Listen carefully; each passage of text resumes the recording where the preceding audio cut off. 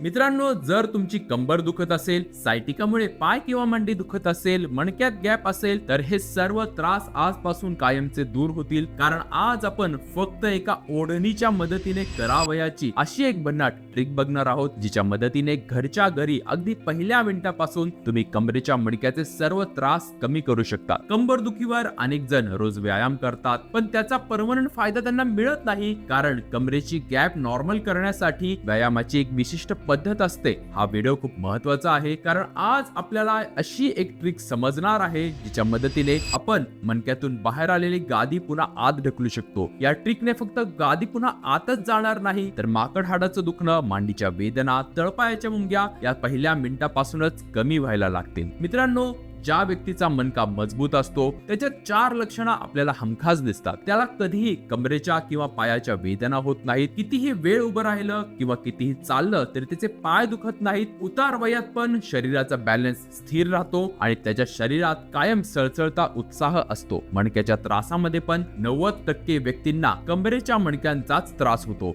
सुरुवातीला अधूनमधून होणारी कंबरदुखी कालांतराने गंभीर होते. कधी कधी तर एवढ्या भयानक वेदना होतात की माणसाला एक पाऊल टाकणं पण अशक्य होतं. त्रास कमी करण्यासाठी कुणी सूर्यनमस्कार करतं, तर कुणी योगा करतं, पण याने मणक्यावरचा ताण कमी होत नाही. त्यासाठीच आज मी तुम्हाला असा एक चमत्कारी व्यायाम सांगणार आहे, ज्याला फक्त 30 सेकंद लागतात आणि त्यासाठी आपल्याला गरज असते फक्त आपल्या घरी असलेल्या एका ओढणीची. हो, तुम्हाला ऐकून आश्चर्य वाटेल की एक साधी ओढणी तुमच्या मणक्याला पुन्हा सरळ करू शकते. खरं तर तरुणपणी कोणी मणक्याकडे लक्ष देत नाही. आपण अचानक उठतो, अचानक खाली वागतो, तासन तास एकाच ठिकाणी बसतो, वाकडे तिकडे झोपतो आणि त्यात जर तुमच्या पाठीचे स्नायू जर कमकुवत असतील तर मणक्यातून डिस्क बाहेर येते. हे स्नायू जेवढे मजबूत तेवढे ते कमरेच्या मणक्यांना जास्त आधार देतात आणि पाठीच्या स्नायूंना मजबूत करण्यासाठी व्हिटॅमिन ई हे सर्वोत्तम असतं. मी तर असेही काही पेशंट बघितले आहेत की ज्यांना फक्त व्हिटॅमिन ई च्या सप्लिमेंट दिल्या आणि दिल्या अर्धा तासातच त्यांची कंबरदुखी ड्रास्टिकली कमी झाली. जर तुम्हाला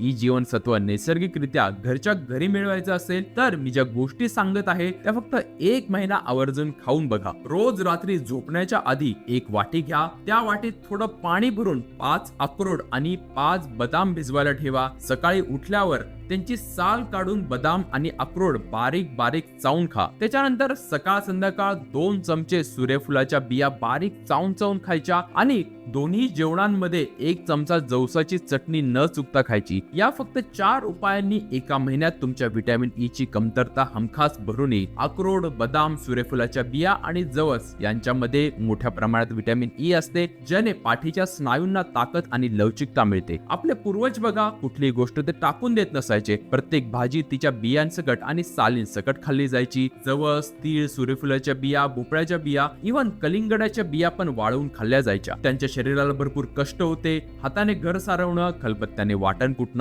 जात्यावर दळण दळणं या सगळ्या कामांमुळे मणका फ्लेक्झिबल राहायचा. आज आपण त्यांच्यासारखं तर नाही जगू शकत, पण आज जो आपण व्यायाम बघणार आहोत त्याने आपल्या पूर्वजांप्रमाणेच आपला मणका काही दिवसात पुन्हा फ्लेक्झिबल बनेल. व्यायाम करण्यासाठी आपल्याला पाहिजे फक्त एक ओढणी. एक लांब ओढणी घेऊन खाली जमिनीवर किंवा दिवाणवर बसा. जर वेदना तीव्र असतील तर व्यायाम करायच्या अगोदर सर्वात आधी कमरेला तिळाच्या तेलाने हलक्या हाताने मसाज करा. आयुर्वेदानुसार हाडांच्या सर्व वेदना वात व्याधीमुळे होतात आणि तिळाचं तेल हे वाताच्या उलट जड आणि उष्ण असल्यामुळे व्यायामाच्या आधी तिळाचं तेल चोळायचं आहे. या मसाजमुळे कमरेच्या स्नायूंमधला वात दोष दूर होतो. तेलाचा इफेक्ट द्विगुणित करण्यासाठी तुम्ही त्याच्यात जीवन ऊर्जेने विशेष रूपाने बनवलेलं पुदिना, गवती चहा आणि कापूर यांचं वेदनाशामक तेल हे मिक्स करू शकता. त्याने आपल्याला दुप्पट फायदा होईल. व्यायाम चालू करण्याआधी मी तुमच्या सर्वांचं जीवन ऊर्जामध्ये स्वागत करतो. गुडघेदुखी आणि कंबरदुखीच्या ऍडव्हान्स स्टेजला नैसर्गिकरित्या मात करण्यासाठी जीवन ऊर्जा चिकित्सालयाने नी करेक्शन आणि स्पाइन करेक्शन हे 2 प्रोग्राम विकसित केले आहेत आणि या दोन्ही प्रोग्राम मध्ये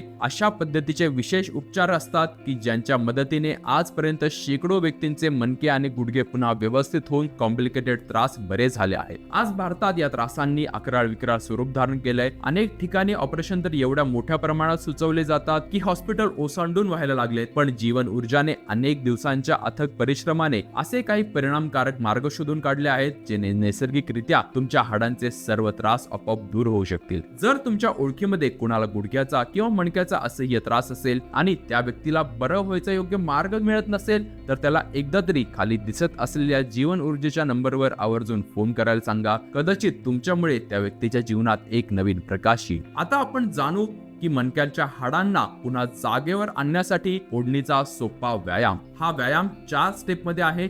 नीट ऐका. स्टेप 1, एक लांब ओढणी एकत्र गुंडाळून घ्या. स्टेप 2, खाली किंवा बेडवर बसून ओढणीची एक बाजू कमरेच्या खालच्या बाजूला अडकवा आणि दुसऱ्या 2 बाजू पाठीमागे पुढे नेऊन त्यांची अशा पद्धतीने गाठ मारा. स्टेप 3, दोन्ही पाय गुडघ्यात दुमडून पायांनी नमस्कार करा आणि गाठ मारलेली बाजू पायांमध्ये अडकवा जेणेकरून पाय पुढे सरकणार नाही. स्टेप 4, हळूहळू आपल्याला खाली झोपायचं आहे आणि त्यानंतर हळूहळू आपले पाय सरळ करायचा प्रयत्न करायचा आहे. पूर्ण सरळ न झाल्यास काही हरकत नाही. जेवढा आरामदायक वाटेल तेवढंच करा. कमरेवर तुम्हाला प्रेशर जाणवेल. हा दाब किंवा प्रेशर हा वेदनादायक नसून तुम्हाला छान वाटलं पाहिजे. खांदे सैल करा, मान सरळ करा, हनवटी हलकी आत घ्या, कंबर जमिनीवर समांतर ठेवा आणि डोकं खाली जमिनीला टेकवा. 4 आकडे मोजत मोजत नाकाने श्वास घ्या आणि 6 आकडे मोजत मोजत श्वास बाहेर सोडा. या पोझिशन मध्ये घड्याळात बघून सलग 4 मिनिट स्थिर राहायचं आहे. जर तीव्र वेदना किंवा पायात मुंग्या किंवा झिंजिण्या वाटल्या तर लगेच पोझिशन